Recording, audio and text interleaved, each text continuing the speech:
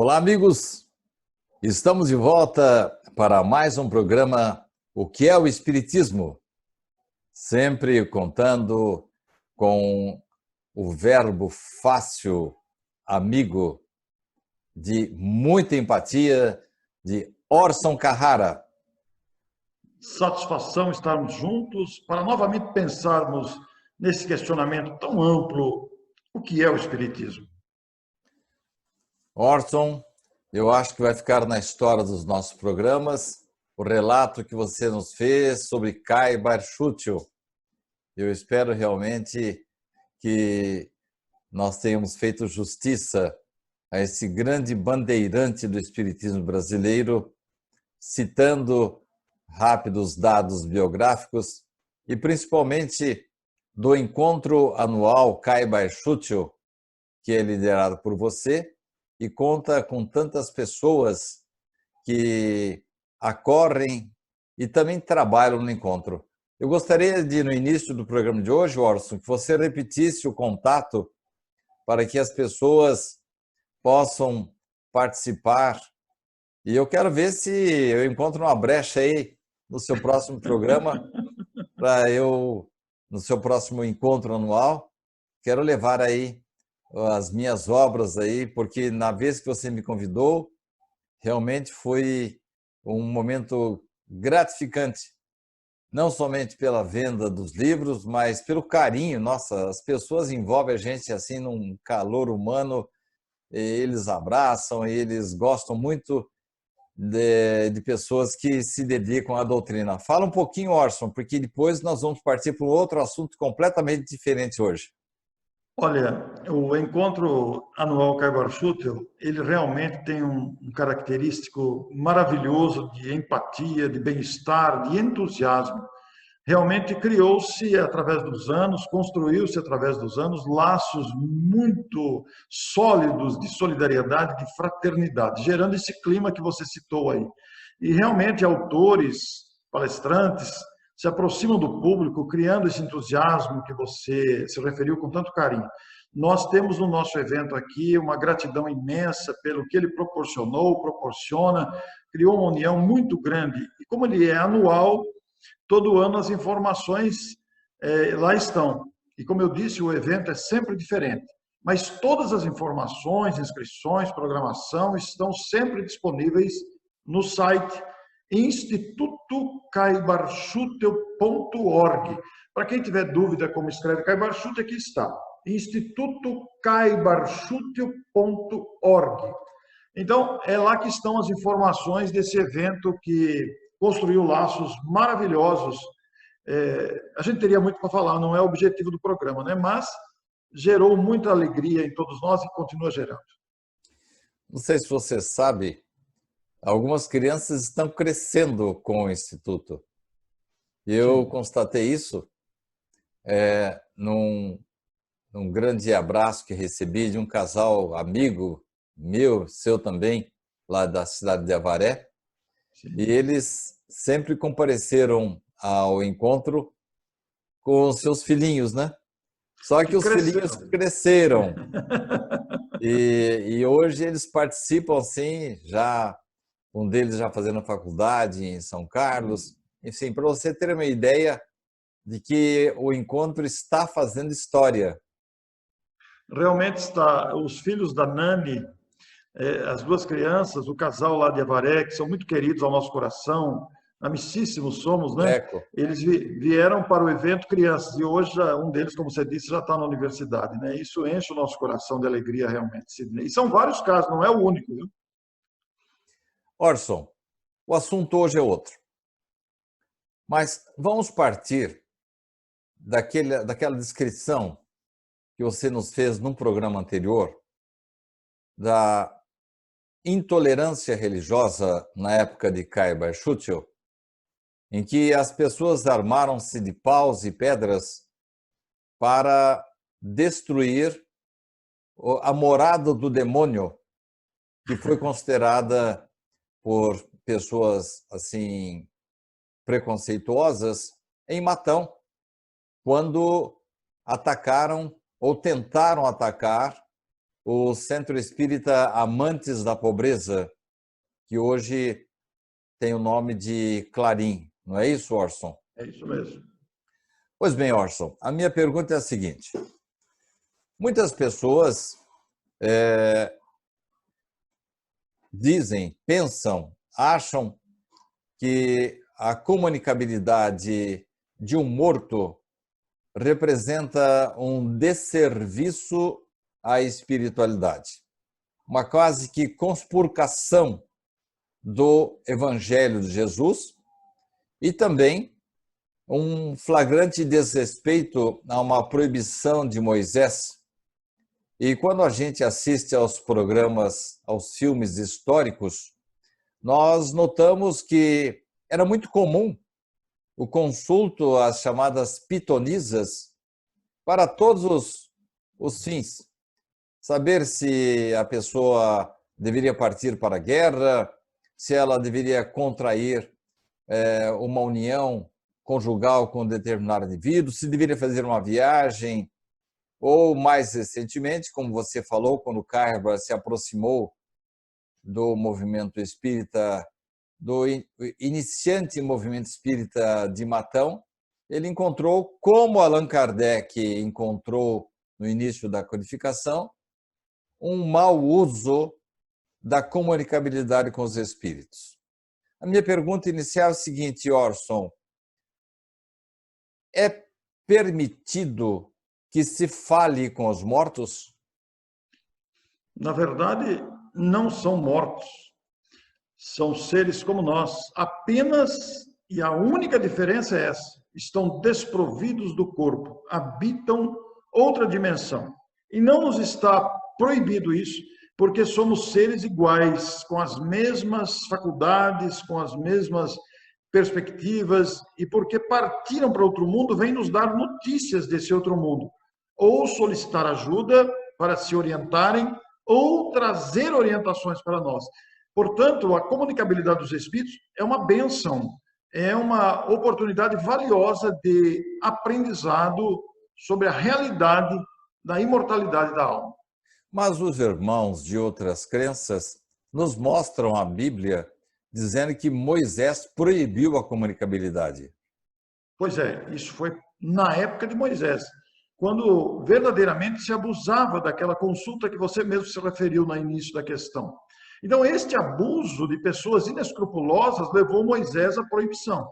Mas como evoluiu a mentalidade humana, como esta capacidade humana, que não é invenção do Espiritismo, é uma capacidade humana, ela continuou, apesar da proibição de Moisés. Embora tenha sido proibido, a possibilidade continuou. E ao longo dos séculos, ao longo dos milênios, ao longo do tempo, esses espíritos, que somos nós mesmos, ora lá, ora cá, ora usando o corpo de carne ou fora dele, tentamos comunicações, porque amamos as criaturas ou temos laço de desafetos. Às vezes somos afetos e às vezes somos desafetos. E nos procuramos, porque os que se amam se buscam, os que se odeiam não se esquecem. Então, continuam os intercâmbios apresentados de maneiras variadas. E Allan Kardec teve o mérito de organizar isso, explicar o mecanismo, explicar como funciona, para que pudéssemos usar corretamente. A proibição vem, inclusive nos dias atuais, considerada como coisa do demônio, por desconhecerem como funciona o fenômeno. Na verdade, Orson, pessoas assim de boa fé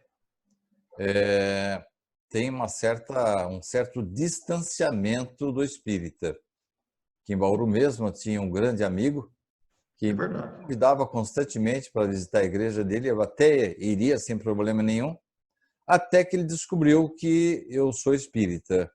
A partir daí, esfriaram-se as nossas relações, não da minha parte, evidentemente. Mas imagino as pessoas que são conduzidas por esse pastor, a ideia que eles recebem em torno da doutrina. As pessoas acham que ali está o demônio mesmo. E é um problema sério, né, Orson? Porque às vezes é um parente, um amigo, um filho que quer se comunicar e eles fazem uma espécie de exorcismo com uma verdadeira, quase que literal, surra de Bíblia mesmo, para que esse demônio se afaste. Como se sente um espírito repudiado dessa forma? Porque se ele está se comunicando num ambiente tão inamistoso, é porque ele está vencendo barreiras, está sendo atraído por laços familiares, laços de amizade, de amor, e é mal recebido e é espantado dali como se fosse um anceniano da época de Jesus. Como é que fica isso, Orson? Olha, Sidney, sendo um espírito com desejos de fraternidade, sendo um espírito que ama a sua família, os seus entes queridos que ficaram aqui, ele vai encarar isso com compreensão, porque não há o que fazer, é preciso que as pessoas despertem para essa realidade. Ele vai tentar chamar a atenção de outras formas, porque ele vai compreender o momento cultural dessas pessoas, o momento emocional dessas pessoas que renegam, que resistem, que ignoram, que repudiam.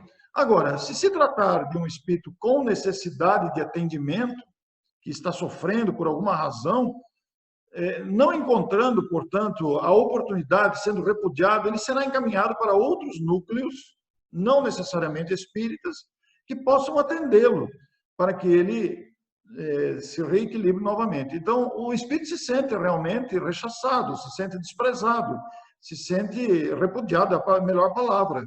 Mas se ele tiver um pequeno nível de compreensão, ele vai entender que as pessoas não estão preparadas para aquilo. Agora, essas pessoas que se tornam líderes e fazem esta campanha contra, estão assumindo uma responsabilidade muito grande, porque estão falando de algo que não conhecem, deveriam aprofundar o assunto antes de conduzirem as pessoas nessa direção que nós estamos citando. Você diz que às vezes o espírito é atendido fora do centro espírita, isso é possível?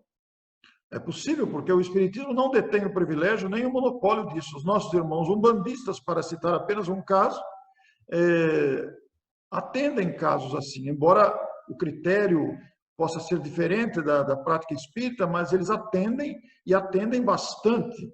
Agora, pode ocorrer também que esse atendimento seja feito por criaturas honestas, criaturas de bom coração e que talvez não estejam vinculadas à atividade espírita propriamente dita, mas que têm noção da ocorrência mediúnica.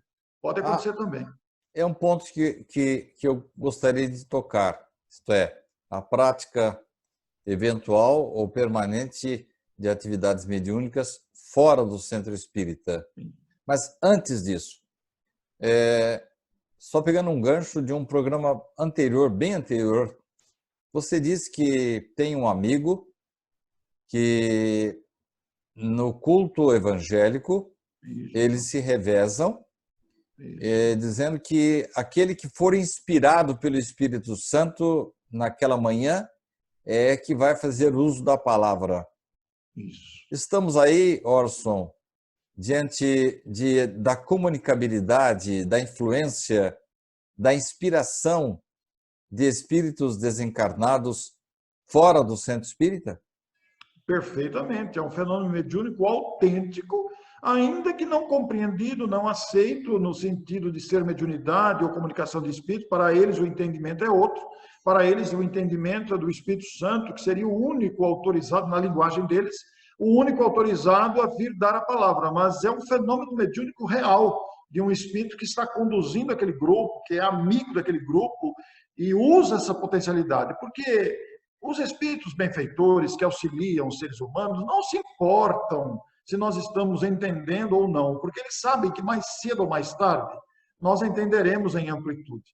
Então, eles respeitam o nosso estágio de compreensão como fenômeno. Orson, não é recomendável que se tenha uma comunicabilidade com os espíritos, como, por exemplo, no culto do Evangelho no lar.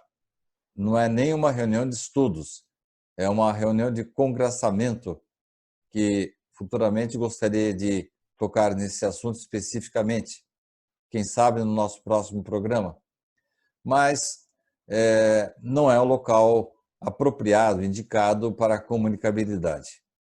Como também algumas casas que se servem de grupamento de comunicação com os espíritos.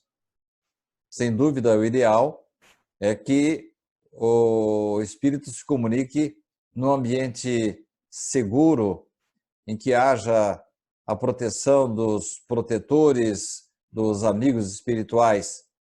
Mas você sabe tanto quanto eu, Orson, que o espiritismo começou e também ainda precisa ser praticado em comunidades pequenas, onde não há centros espíritas, em consultórios, em casas de benzedeiras e mesmo no lar, em que as pessoas se reúnem, como aconteceu na primeira vez que Allan Kardec conheceu na rua Pleine Maison, em Paris, e tomou contato com o fenômeno espírita. Então, não é adequado, mas às vezes não tem outra solução, principalmente em comunidades bem pequenas. Nós que temos contato com o Brasil inteiro, recebemos perguntas até do exterior, é muito comum que as pessoas pratiquem o espiritismo em casas, em residências. Não é o ideal, mas é o que se pode arranjar para o momento. Quais são seus comentários, Orson? Essa é uma ocorrência muito comum, né, Sidney? É o que você disse em toda a sua argumentação inicial. Isso ocorre com certa frequência, porque no caso do Evangelho no Lar, por exemplo, uma reunião familiar para comentários e vibrações é prece em conjunto com a família. Às vezes, ocorrem. Não é recomendável, mas ocorrem. A prática da não recomendação é para não virar uma rotina isso, para não ser motivo de atração e comunicação de espíritos perturbados perante as crianças que podem ficar amedrontadas e não têm ainda uma segurança emocional para entender. Mas, vez por outra, ocorre. Eu mesmo, na minha juventude, me lembro perfeitamente, nas reuniões do Evangelho no Lar, a minha mãe dar passividade ocasionalmente, não era toda vez, mas acontecia, de espíritos amigos que se manifestavam com manifestações muito carinhosas, muito orientadoras e que nos faziam um bem tremendo. Não é recomendável, mas ocorre. Eu penso que quem somos nós para dizer isso não pode, isso pode? O discernimento doutrinário adquirido no estudo dará para nós a base para orientar a prática dessas ocorrências fora do centro espírita. O centro espírita tem um ambiente ideal para isso, é um ambiente protegido para isso, onde serão acolhidos espíritos em dificuldades. Mas, em ocorrendo, numa situação inevitável, por exemplo, seja descontrole do médium, seja necessidade urgente do espírito, por que não atender naquele caso? Eu penso que é não recomendável, mas vez por outra, o nosso bom senso, o nosso discernimento, baseado na fundamentação doutrinária que vamos adquirindo com os estudos, as reflexões, nós saberemos usar do bom senso para atender a circunstância imprevista, digamos assim. Há atividades que são um verdadeiro desserviço à pureza doutrinária espírita. Eu, particularmente, não arrolo mais as comunicações nos centros de Umbanda e Candomblé. E eu me lembro que uma certa presunção, no passado a gente dizia o umbandista de hoje será o espírita de amanhã. Olha, Orson, eu tenho acompanhado trabalhos de umbandistas e antes de desencarnar, Richard até com uma certa habitualidade visitava um centro de Umbanda aqui de Bauru e eu não estou vendo nenhum desserviço da parte deles, não. Mesmo porque muitos, só pelo site que eu vejo deles, eles falam claramente em doutrina espírita, estudam o livro dos médiuns e, na minha opinião, não sei qual que é a sua, eles não se arrolariam naquelas situações de desserviço ao espiritismo. O que você acha? Sidney, eu publiquei um livro médiuns. Quem são, onde estão, o que fazem, qual a utilidade, qual a razão de serem médiuns. O subtítulo é grande. E esse livro foi publicado Qual que é o antes. título dele, Orson? Médiuns. Quem são, onde estão, por que são médiuns. É o título dele, é um título grande.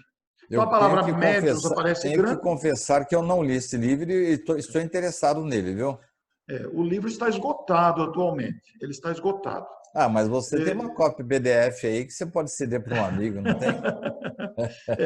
Mas esse livro, Sidney, olha o detalhe dele. Mas é brincadeira, eu gosto mesmo de manusear o livro. Eu escrevi ele, eu acho que já faz uns 15 anos, talvez um pouco menos. E eu escrevi ele antes de ser convidado para falar no centenário da Umbanda no Brasil. Teve o centenário da implantação da Umbanda no Brasil. O livro Médiuns chegou até eles, não sei por que caminhos que chegou, e eles me convidaram. Eu fui falar na cidade de Descalvado, aqui próximo a São Carlos, num centro de Umbanda caracterizado.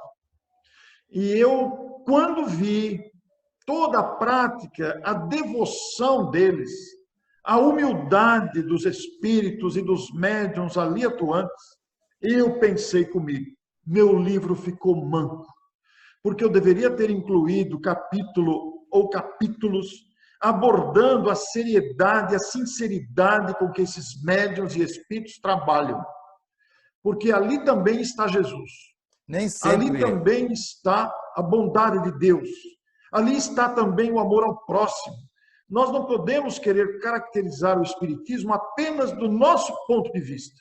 Por maior que seja a doutrina espírita, por mais dimensão lógica e racional que o espiritismo apresenta, e nos faz dispensar rituais, objetos externos, vestimentas, apetrechos, nós não usamos, dispensamos. Mas isso em absoluto não invalida o trabalho dos nossos irmãos, que devemos respeitar profundamente, porque é trabalho sério, ainda que eles usem os artifícios, vestimentas, apetrechos, rituais. Isso faz parte da condição humana, isso é cultura humana, o que vale é o sentimento colocado ali. E até hoje eu estou com essa sensação, o meu livro ficou manco, porque a mediunidade não é exclusividade do espiritismo, não é patrimônio do espiritismo, e ela se apresenta de forma tão variada em muitos lugares. Claro que nós não vamos adotar a prática que nós consideramos dispensável, mas nós temos o dever de respeitar e creditar todos os méritos a esses outros grupos que se aplicam a essas práticas. Ao contrário, Sidney, apenas para acrescentar um detalhe, nós não falamos sobre isso, mas acho que vale no assunto. A brincadeira do copo, por exemplo, que é uma brincadeira caseira, doméstica, esta sim é perigosa e não recomendável, porque é uma brincadeira feita por divertimento e que vai atrair espíritos que podem causar dependência, podem causar viciações, podem causar problemas no futuro para os seus protagonistas. E até acidentes, né? Até acidentes, sem dúvida. Orson, eu fiquei muito feliz de você citar essa sua visita ao terreiro de Umbanda. Eu já visitei também e eu tenho o maior respeito por esses irmãos. Eu também. E eu acho que o seu livro não ficou manco, não. Eu acho que em qualquer tempo, numa reedição, você pode acrescentar um capítulo sobre o assunto aí. Até porque, Sidney... Só para encerrar, Orson, sim. Nós ficamos sabendo de um fato interessante. Você deve conhecê-lo, mas vale a pena a gente comentar nesse minutinho final. Uma ocasião, um irmão esteve num centro de Umbanda, lá do estado do Espírito Santo, e julgou ver pela vidência o nosso querido irmão Jacó, Frederico Figner, e achou que talvez ele estivesse sendo objeto de uma ilusão, imaginação, ou mesmo até de uma mistificação. Não tocou no assunto com ninguém. Quando estava com Chico Xavier para tratar de outro assunto, para abraçá-lo, uma pessoa se aproximou de Chico e perguntou: onde está o nosso querido irmão Jacó? Ah, meu filho, disse Chico, Ele está trabalhando lá no Centro de Umbanda do Espírito Santo. O que você me diz disso, Orson? Em um minutinho só, por favor. Os espíritos não nos veem como espíritas, umbandistas, católicos, evangélicos, protestantes. Os espíritos nos veem como irmãos e nos atendem conforme as nossas necessidades. Não importa as nossas crendices, os nossos hábitos, os nossos condicionamentos, não importa. O que importa para os benfeitores espirituais, que vão a todos os lugares, inspiram padres e pastores e palestrantes espíritas, o que importa para eles é o nosso progresso, a nossa felicidade, o nosso bem-estar. As outras coisas são todas dispensáveis. O que prevalece é a nossa condição de irmãos, filhos do mesmo Pai. Muito bem, Orson. Eu gostei muito dessa sua colocação de hoje e principalmente essa observação, né, do cuidado para não praticarmos o espiritismo fora das paredes do centro espírita. Isso tem que ser visto com muito cuidado, muita restrição. A gente sabe que em localidades assim distantes, pequenas, não há outra saída. O espiritismo é praticado realmente nas residências, nas casas. Mas mesmo ali, com a devida prudência, é possível desenvolver-se um trabalho iniciante que futuramente vai se transformar numa instituição espírita, não é, Orson? Exatamente, porque a maioria dos grupos, a maioria deles surgiu de grupos caseiros. Então, a história do Espiritismo mostra isso. Grupos afins que se reuniam sentiram a necessidade de constituir um centro espírita. E apenas para concluir, Sidney, sobre os terreiros de Umbanda, eu continuo fazendo palestras em terreiros de Umbanda que me convidam. E vou com a maior alegria, com o maior prazer, porque somos todos irmãos uns dos outros. Uma alegria falar sobre isso hoje, viu, Sidney? Eu acho que a gente deve falar sobre esses assuntos para desmistificar possíveis resistências entre os próprios espíritas, que somos seres humanos sujeitos a essas interpretações equivocadas. Muito bem, Orson. Mais uma vez, nós conseguimos aí sintetizar em alguns minutos algumas informações, conhecimentos, orientações e, acima de tudo, motivação para os nossos estudos, para que nós possamos finalmente trazer mais uma pedrinha nesta construção daquilo que nós perguntamos, né, Orson? Afinal de contas, o que é o Espiritismo? O que é o Espiritismo? Essa doutrina que respeita pastores, padres, reconhece o valor de todas as religiões e não pretende se impor a ninguém, mas aí está à disposição para quem quiser conhecê-lo. Afinal de contas, o que é o Espiritismo? Muito obrigado a você, querido amigo, ouvinte, acompanhante, esse que nos segue nas redes sociais. Na próxima semana estaremos de volta com mais um programa O que é o Espiritismo? Até lá!